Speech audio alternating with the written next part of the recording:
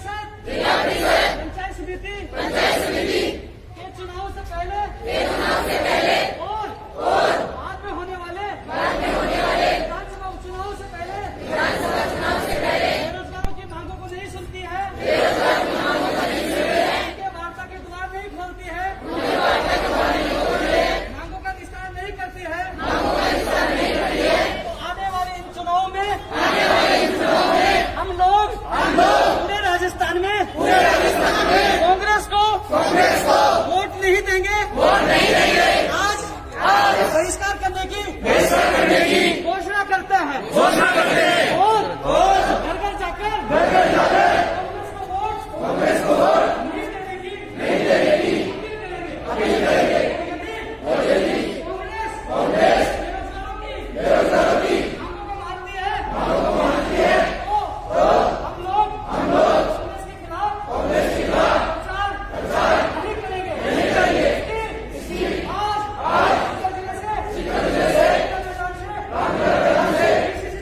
DCC chief जिले से शपथ लेते हैं।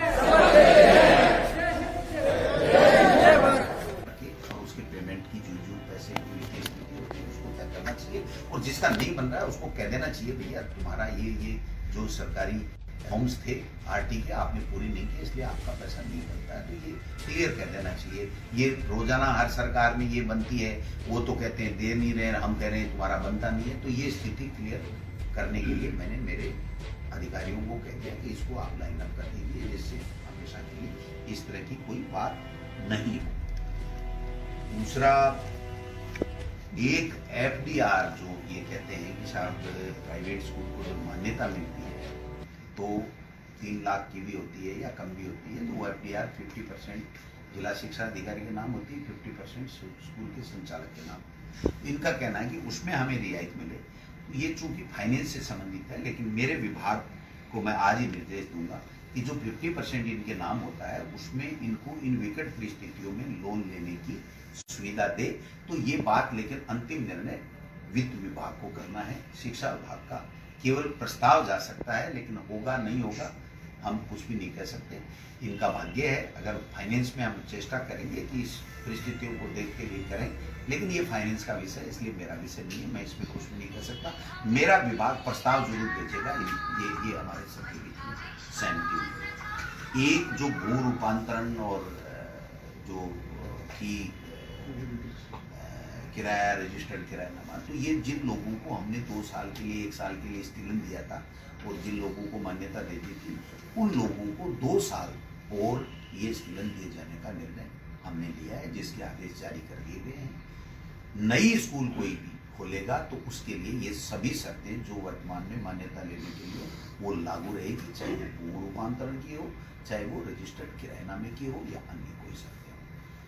मान्यता का भी हमने ऑनलाइन कर दिया है, रोजाना का ये झंझट नहीं होगी, या मान्यता ऑफलाइन दे रहे हैं, ये दे रहे हैं, वो दे रहे हैं। एक टाइम लिमिट हमने तय कर दिया कि 31 तारीख तक, 31 दिसंबर फॉर एग्जाम्पल 31 दिसंबर तक कोई भी आए फिर उसको मान्यता मिलेगी, नहीं आएगा तो फिर अगले साल मिलेगी। इस तरीके से हम लोग इसको करें। तो मोटा मोटी जो चीजें तय हुई है उन्होंने कहा कि हम मैं उम्मीद करता हूँ जो कोरोना आया उसकी वजह से सब लोग परेशानी भोग रहे हैं, इसमें कोई दो राय नहीं है, लेकिन इन सब के साथ सरकार, मुख्यमंत्री और कांग्रेस पार्टी आपके साथ में खड़ी है, चाहे वो आपका वर्ग हो चाहे कोई दूसरा वर्ग हो। मैं सबसे आग्रह करना चाहता हूँ कि ये जो समय है वो जीवन बचाने का है, हमारे लिए भी, हमारे बच्चों के लिए भी, और धैर्य रखने का है, पेशेंस रखने का है। और ये सोच के रखें कि एजुकेशन एक ऐसा महकमा है, या एजुकेशन एक ऐसी चीज है जो आने वाला भविष्य का निर्माण करती है। तो उनके लिए हमको भी सोचना पड़ेगा कि अगर बच्चा शिक्षित हो रहा है, उसको हम कुछ दे रहे हैं और फिर भी हमको अगर कम मिल रहा है मेहनत से, तो भी आदमी को ये संतोष करना चाहिए कि ठीक है, मैं मेरा कंट्रीब्यूशन नेशनल हित में कर रहा हूँ। तो मैं समझता हूँ सभी लोग इसमें लगे हुए हैं, चाहे आप पत्रकार हो, चाहे